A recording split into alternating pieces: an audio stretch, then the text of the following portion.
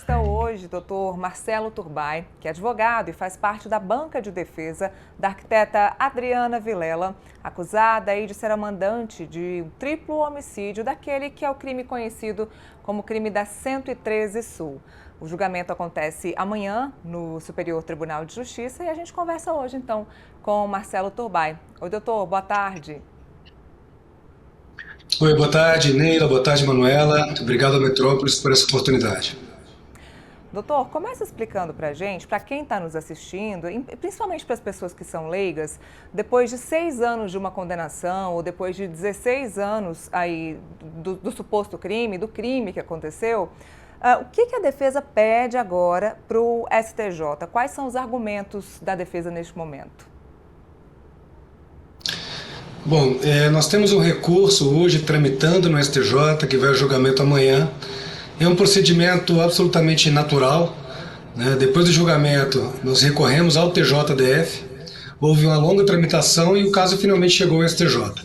Amanhã o pedido é o pedido de nulidade, né? Ou seja, a anulação daquele plenário do júri que aconteceu em 2019.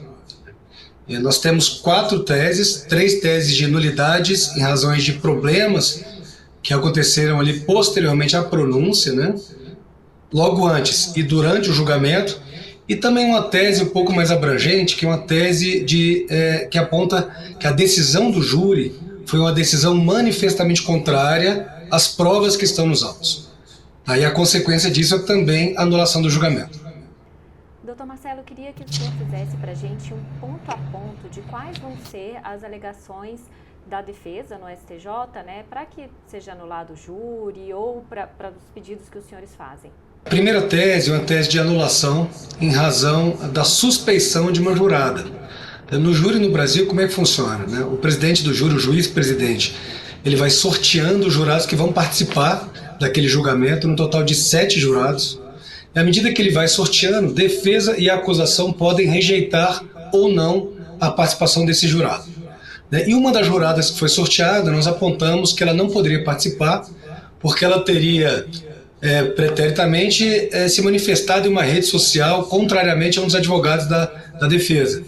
Nós levamos isso ao conhecimento do juiz e ela negou que tivesse feito isso e depois nós comprovamos que de fato ela fez. Ou seja, essa é a primeira tese de nulidade em razão da quebra de imparcialidade. Ou seja, nós defendemos que aquela jurada ela não tinha imparcialidade para poder participar daquele julgamento. Essa é a primeira tese. A segunda tese é também uma tese de nulidade, tá, em razão do que nós chamamos de cerceamento de defesa. Ou seja, a defesa ela foi impedida de poder exercer todos os recursos que ela teria a favor da Adriana durante o julgamento.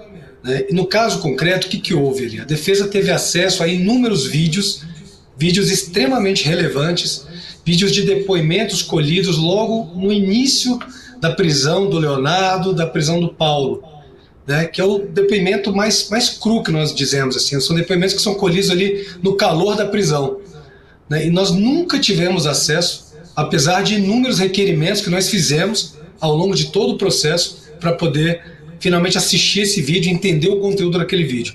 No 7º dia de julgamento é que a defesa teve acesso a isso, nós apontamos ao juiz esse problema, mostramos nossos reiterados pedidos de acesso a esse material, né, e isso, o julgamento transcorreu e isso portanto, uma tese, a segunda tese de nulidade, por cerceamento de defesa. Né, esse acesso tardio a esses vídeos que são fundamentais para a linha de defesa. Bom, a terceira tese é uma tese que diz respeito ao muito falado laudo de datação de impressão digital. Né? Nós, desde todo o processo, ali, muito antes do júri, nós sempre sustentamos que este laudo que foi produzido pelo Instituto de Identificação do DF é um laudo cientificamente impossível de ser realizado, em razão do grau de falibilidade dele. Tá? As conclusões ali tomadas elas são extremamente sujeitas a erro, tanto é que a Polícia Civil do DF nunca mais usou um tal exame de datação de impressão digital em nenhum outro caso criminal, tá? Na história da Polícia Especializada de Brasília. Ou seja, isso é muito sintomático. Né? E o que nós defendemos? Que às vésperas do julgamento, o Ministério Público do DF encaminhou um ofício ao então presidente do Instituto de Criminalística, tentando validar aquele laudo que nós sempre questionamos. Só que o Ministério Público fez isso de forma unilateral, não fez dentro do processo, a defesa não teve oportunidade de contraditar esse laudo, a defesa não teve oportunidade de formular quesitos para que esse mesmo diretor do Instituto de Criminalística também respondesse às perguntas da defesa. Isso aparece lá no meio do julgamento, então nós apontamos isso também como uma tese de nulidade, né? Devido à ausência de oportunidade da defesa em poder também trabalhar com essa prova. Enfim, essas são as 3 primeiras teses de nulidade do julgamento. E a quarta tese é, na verdade, uma tese mais abrangente. A Lei Processual Penal Brasileira, ela diz o quê?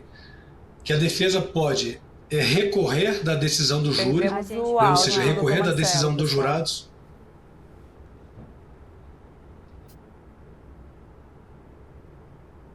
Eu perdi o retorno, eu estava ouvindo também. O senhor está ouvindo a gente, doutor Marcelo? Só faz assim. Vocês eu estou ouvindo perfeitamente. Voltou. Pode continuar da quarta tese. Quando o senhor fala a quarta tese, pode prosseguir. Obrigada. Tá. Bom, há também uma outra tese da defesa, né, que nós chamamos de quarta tese, que é uma tese muito mais abrangente.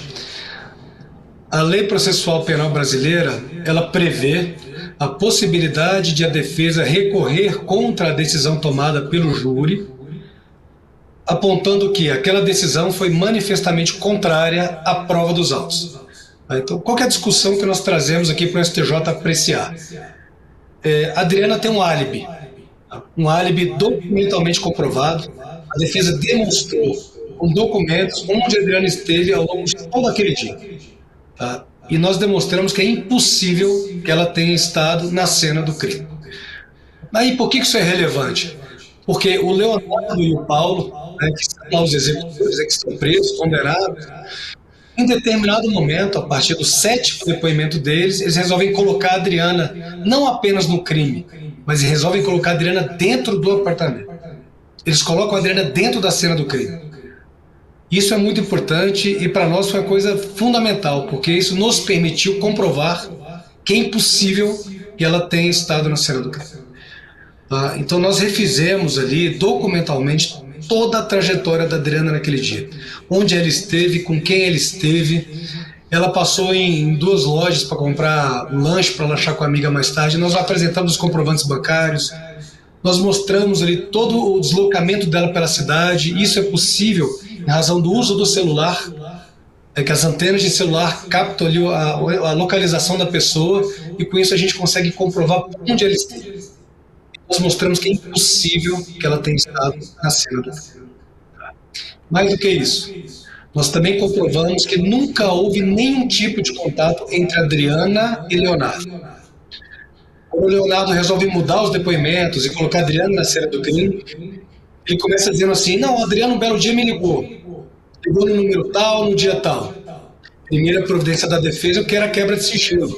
O Leonardo da Adriana, para mostrar que essa ligação nunca aconteceu. E, de fato, ela nunca aconteceu. E o Ministério Público não conseguiu provar a existência dessa ligação, porque ela nunca aconteceu.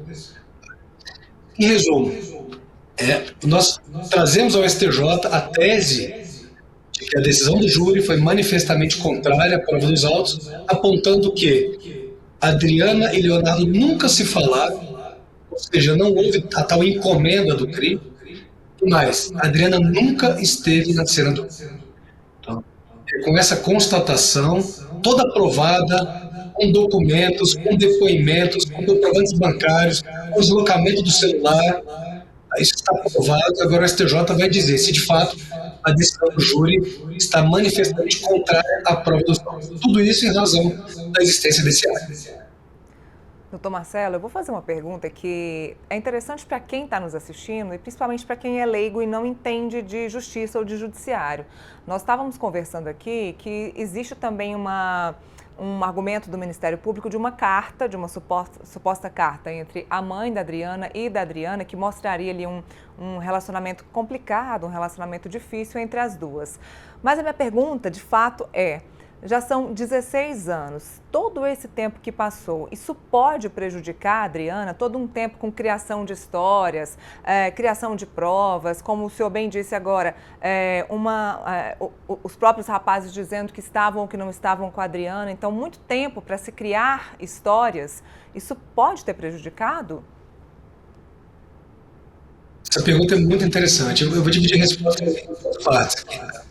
A primeira delas é em relação à carta. Essa carta ela é fundamental. E para que o Ministério Público usa essa carta? Para tentar mostrar que a Adriana teria um relacionamento ruim com os pais. Tá? E aí uma carta dura da mãe, né, da Dona Maria, para a Adriana, tá, de uma grande repressão da mãe em relação à filha. Tá? O que é importante? Essa carta é de 3 anos antes do crime. E a Dona Maria ela tinha por hábito escrever cartas, assim, eram cartas de desabafo.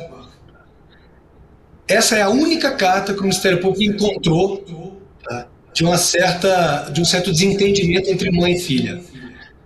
Posteriormente, essa carta, ou seja, nos 3 anos que se seguiram até o crime, nós levamos para o processo dezenas de cartas amorosas, dezenas de e-mails, de conversações normais, amorosas, carinhosas, de ajuda, de amparo entre mãe e filha. E é surreal o Ministério Público simplesmente ignorar esse fato e continuam se apegando exclusivamente a essa carta de 3 anos atrás. E mais do que isso, essa tal motivação, né, que seria desentendimentos entre a Adriana e a mãe, o Ministério Público usa essa carta. O que a defesa fez? Levou para o processo, para prestar depoimento, levou para o julgamento perante o júri, inúmeros familiares, a irmã da Dona Maria Vilela, a filha da Adriana Vilela, que é a Carolina, amigos próximos, amigos de décadas do casal Vilela, e todos foram unânimes em dizer que era uma família que tinha problemas como qualquer família normal, né? Mas que eram mínimos perto da relação de cuidado, da relação de amor que tinham. Quem está dizendo isso era de quem era de dentro da casa, de dentro da família, de dentro da relação íntima daquela família. Ou seja, não é uma suposição de desavença, de uma relação ruim, não. É a comprovação de uma boa relação, uma relação normal de pais e filhos, uma relação amorosa, uma relação de cuidado. Então isso tudo também foi levado ao processo. É por isso que essa carta, na verdade, é uma surpresa para nós, a acusação ficar se apegando a isso aí, ignorando o fato, que é o quê? Essa carta não mostra nada, essa carta mostra um desentendimento perto de dezenas de cartas, e-mails e conversas e encontros amorosos da família normal brasileira. Essa é a primeira parte da resposta. A segunda diz respeito a, puxa vida, esse tempo todo que decorreu desde o crime, será que isso não prejudicou a Adriana, isso não deu margem a uma criação de histórias e a coisa ali foi ganhando uma conformação que levou à condenação dela? Nós acreditamos que sim. A exposição da Adriana na mídia, ela foi enorme e sempre muito negativa, extremamente negativa. Quando a Adriana foi presa, injustamente, a pedido do Ministério Público, eu acho que cortou o áudio, né, de novo? Não, tá ok. Eu perdi o retorno. Tá ouvindo?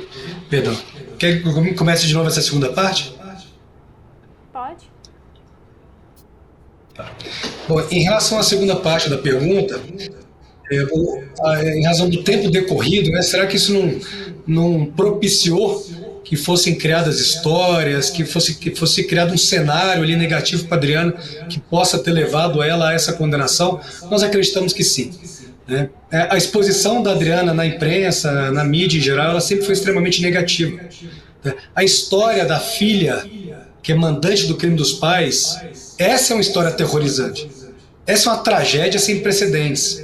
Ou seja, é a história que, na imprensa, para o público, ganha tintas mais fortes, ganha contornos mais complexos.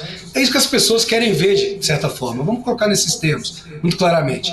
Tá? Então, Adriana, o personagem Adriana Vilela, que o Ministério Público criou, esse personagem é um personagem que a imprensa quis vender, que a imprensa quis expor. Quando a Adriana foi presa, injustamente, e o próprio TJDF aqui revogou essa prisão muito rapidamente. Mas quando a Adriana foi presa, ela foi exposta em rede nacional algemada, saindo de um camburão, com a delegada abrindo a porta do camburão e toda a imprensa nacional filmando ali em tempo real. A Adriana algemada, saindo humilhada do camburão. Essa é a imagem que fica. Essa é a imagem que foi mostrada reiteradas vezes pelos jornais, por todos os veículos de imprensa da época. Então, é claro que isso foi muito duro para a Adriana. Tá? Essa imagem que ficou, esse personagem construído, tá? Foi determinante para a condenação dela. Nós não temos dúvida disso. Doutor Marcelo, a Adriana foi condenada, né, pelo Tribunal do Júri, tem 6 anos dessa condenação. Eu queria que o senhor explicasse, desse tempo todo que passou para cá, qual foi o instrumento legal que permitiu que a Adriana respondesse ainda a esses recursos em liberdade? Bem, há uma garantia prevista em lei e garantida pela Constituição de que as pessoas não são condenadas, não são consideradas definitivamente culpadas até que o processo termine, ou seja, até que haja o chamado trânsito em julgado daquele processo. Tá? Então a Adriana está respondendo em liberdade porque ela esteve em liberdade ao longo do processo. Aí a condenação em primeiro grau, ainda que esta tenha sido confirmada depois pelo TJ no julgamento do recurso de apelação da defesa, mas esse julgamento não autoriza que a Adriana seja presa imediatamente. A Adriana tem o direito, tá, de permanecer em liberdade até que haja uma resposta definitiva para essa questão, para este caso. Imagine a seguinte situação: a Adriana foi condenada pelo Tribunal do Júri. Imagine se a Adriana tivesse sido presa. Tá? E que se amanhã o STJ anular o júri, ela teria ficado presa injustamente ao longo de todo esse tempo que decorreu desde o julgamento até agora, considerando que o STJ pode vir a anular essa condenação. É por isso que a Constituição garante, tá, a liberdade até o trânsito em julgado. Um outro ponto que é importante dizer: recentemente o Supremo Tribunal Federal decidiu que, em casos do Tribunal do Júri, é possível que a pessoa seja presa imediatamente após a condenação pelos jurados.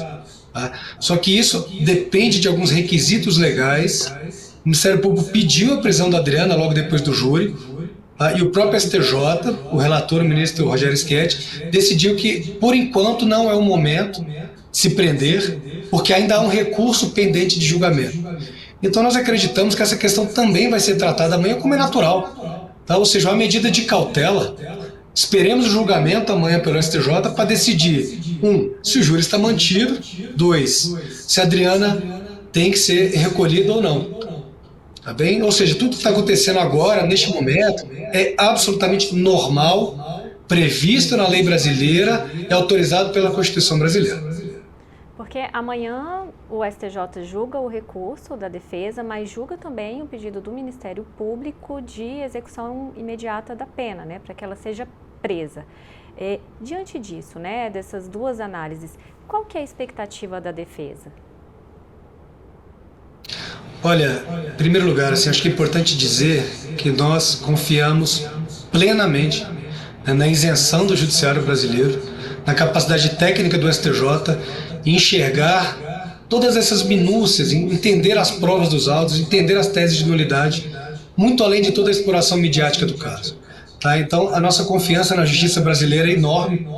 Nós temos enorme convicção da inocência da Adriana, enorme convicção. Eu sou perguntado diariamente sobre isso, todos nós aqui no escritório, o Cacai responde diariamente sobre isso. Nós temos muita convicção sobre a inocência dela e acreditamos que amanhã nosso recurso será provido, que isso é o correto a fazer. Tá? As teses de nulidade são contundentes, tá? A prova da inocência da Adriana é contundente. O álibi da Adriana, ele simplesmente não foi enfrentado pelo Ministério Público, porque ele é documental. Tá? Então a nossa confiança é tremenda para amanhã. Nós acreditamos que, enfim, a justiça vai começar a ser feita e esse júri vai ser anulado. Mais alguma pergunta, Manu? Não, acredito que seja isso. Muito obrigada, doutor Marcelo. Obrigada, doutor Marcelo. Obrigada mesmo. Boa sorte amanhã. A gente continua, claro, acompanhando. Eu que agradeço. Obrigado pela cobertura, pela oportunidade. E nos vemos amanhã. Até logo. Boa tarde. A gente encerra a nossa entrevista com o doutor Marcelo Tubay por aqui. Amanhã tem o julgamento na 6ª turma do Superior Tribunal de Justiça, às 2 horas da tarde. Então, quem quiser acompanhar, acompanha lá no canal do STJ, no YouTube, para poder saber como é que vai ser a decisão, então, do STJ desse caso aí que já dura 16 anos, né, Manu? E a gente também vai fazer a cobertura completa pelo Portal Metrópolis, vai ter matéria aí de minuto em minuto para vocês acompanharem defesa, acusação, relator, STJ, vai estar tudo completo no metrópolis.com. Então é isso, todas as informações lá no portal metrópolis.com. Tchau, tchau.